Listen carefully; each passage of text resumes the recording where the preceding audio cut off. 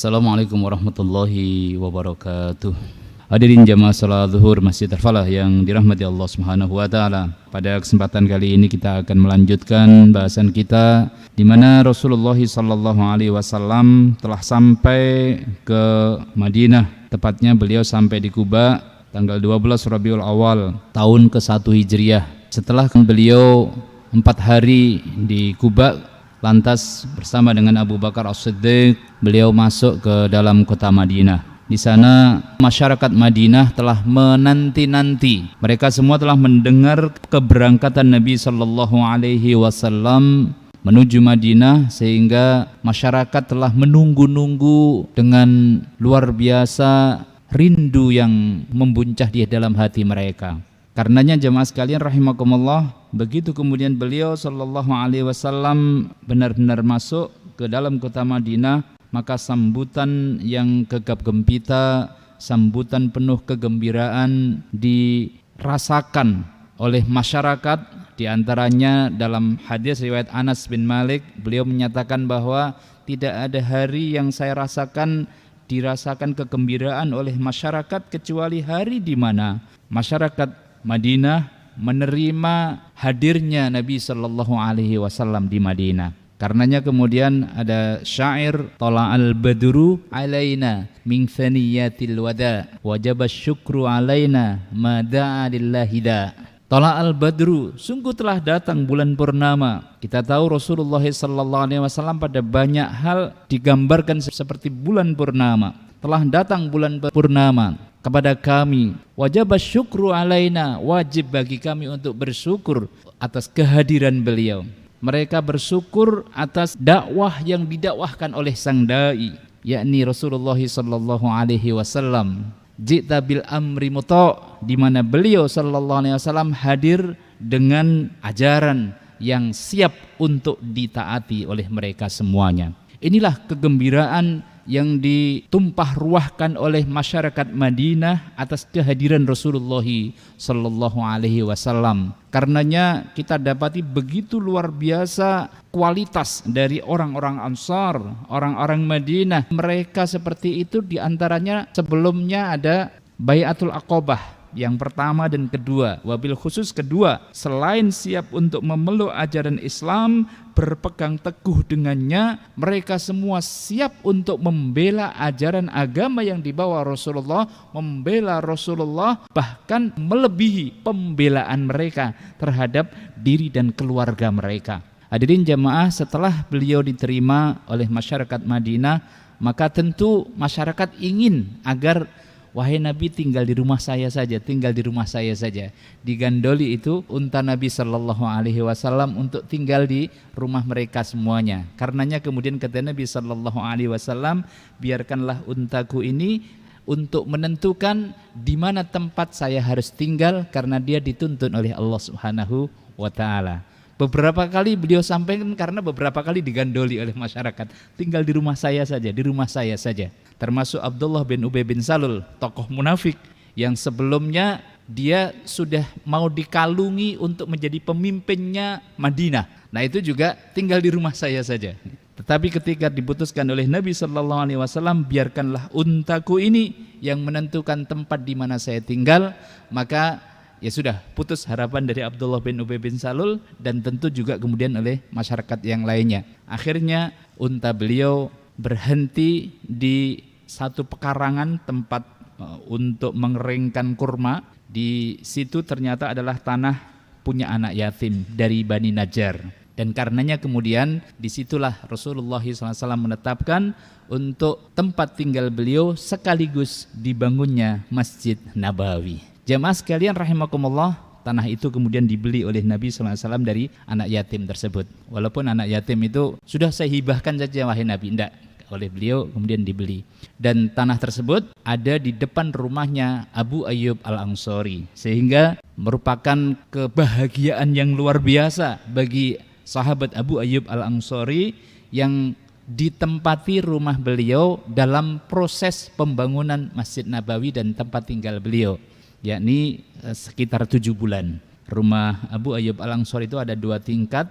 Rasulullah SAW ada di bawah, kemudian Abu Ayyub Al-Ansari di atas. Abu Ayyub Al-Ansari berkata kepada Nabi, wahai Nabi, kami nggak enak melewati panjenengan kalau ada beberapa keperluan. Panjenengan sebaiknya tinggal di atas. Kata Nabi SAW, wahai Abu Ayyub, saya kan nanti ada banyak tamu, nggak enak juga kalau di atas. Maka kemudian Rasul ada di bawah, Abu Ayyub Al-Ansari dan keluarganya di atas. Pernah suatu ketika ada tempat air beliau yang retak, kemudian pecah. Akhirnya airnya meluber. Ada kain berharga beliau yang selimut yang sangat tebal, bagus begitu, akhirnya dipakai untuk meresap agar airnya kering. Artinya tidak sampai jatuh, dalam rangka penghormatan kepada Rasulullah SAW.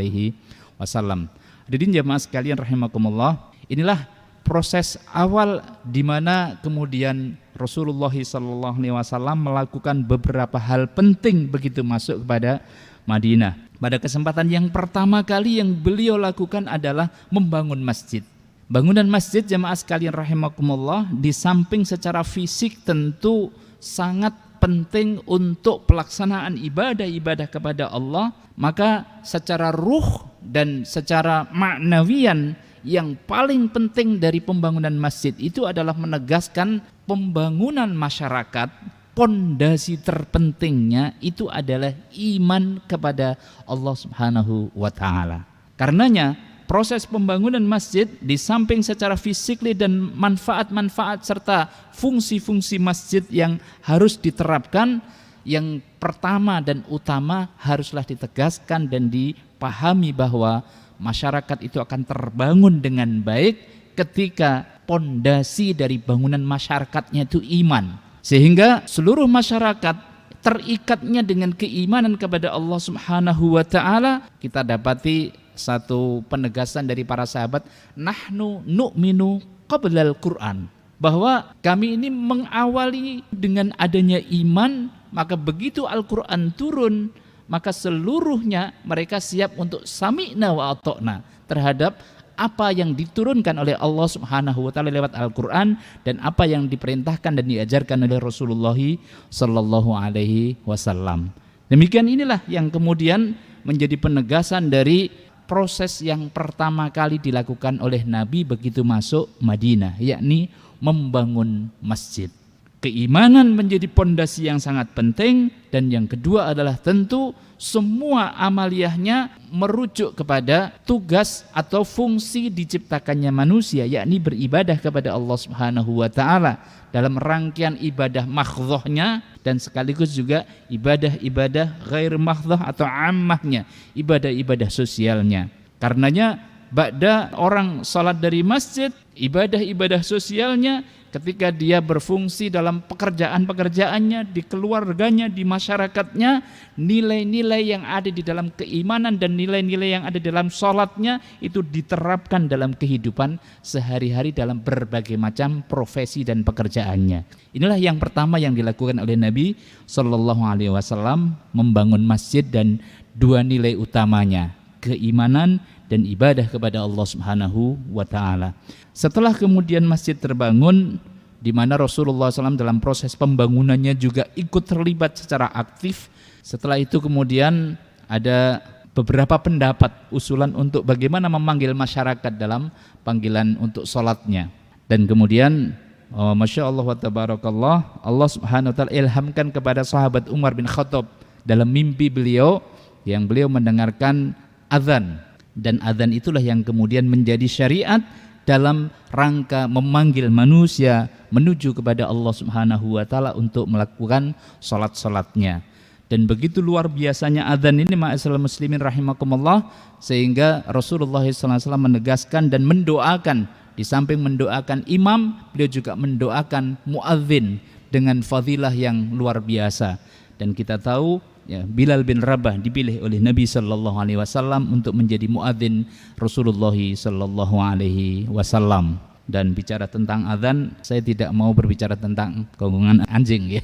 Hadirin jamaah sekalian rahimakumullah. Hal yang kedua yang dilakukan Nabi Sallallahu Alaihi Wasallam adalah ta'akhi, mempersaudarakan antara muhajirin dan ansor, di mana persaudaraan ini merupakan wujud dari kekuatan yang kedua ba'dal iman.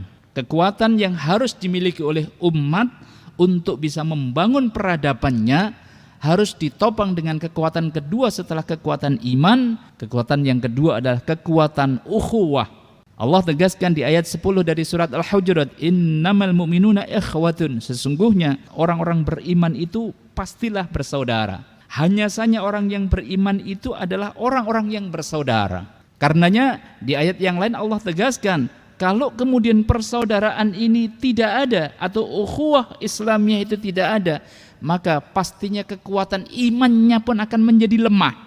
La yu'minu ahadukum hatta yuhibba li akhihi ma yuhibbu li nafsihi, kata Nabi. Tidaklah sempurna iman seseorang sampai dia mencintai saudaranya sebagaimana dia mencintai dirinya, sebagai ekspresi dan wujud tuntunan dan tuntutan dari ukhuwah Islamiyah. Karenanya para ulama menyebut bahwa iman dan ukhuwah itu bagaikan dua sisi dari satu mata uang. Kalau satu sisinya gripis atau tulisannya hilang atau rusak, maka tentu nilai dari mata uang itu menjadi berkurang. Keduanya akan menjadi berkurang. Tidak ada persaudaraan yang abadi kecuali persaudaraan di dalam iman. Kalau persaudaraan di dalam iman, dia akan menjadi persaudaraan yang abadi sampai di akhirat. Sebaliknya, kalau persaudaraan yang tidak didasarkan kepada iman, maka dia akan larut hanya dalam kehidupan di dunia saja.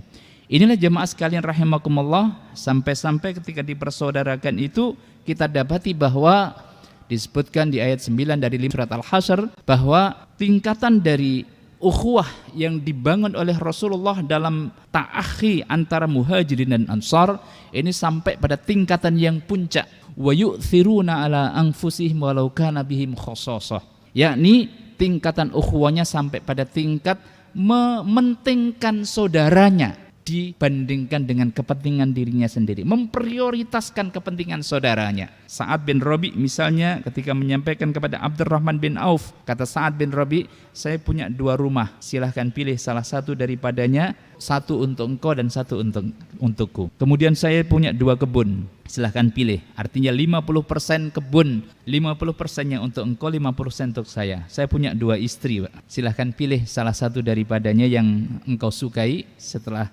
itu aku ceraikan dengan baik, habis masa iddahnya engkau nikahi. Sampai demikian jemaah sekalian rahimakumullah, merupakan wujud dari ithar, yakni mementingkan kepentingan saudaranya dibandingkan kepentingan dirinya sendiri. Inilah jemaah sekalian rahimakumullah, 2 hal utama yang dilakukan oleh Nabi SAW dalam rangka membangun masyarakat yang dulu namanya kotanya Yathrib, kemudian diganti oleh Nabi namanya dengan Madinah Al-Munawwarah. Madinah, kota yang berkemajuan, kota yang berperadaban tinggi, bahkan Al-Munawwarah yang diisi dengan cahaya Islam, cahaya kebaikan dunia dan akhirat. Semoga 2 hal yang utama dilakukan Nabi SAW ini mampu kita teladani dan kemudian kita tumbuh kembangkan dalam kehidupan kita dalam rangka untuk mengembalikan kejayaan atau aizul Islam wal muslimin. Kurang lebihnya mohon maaf, aku qouli hadza wa astaghfirullaha wa lakum. Assalamualaikum warahmatullahi wabarakatuh.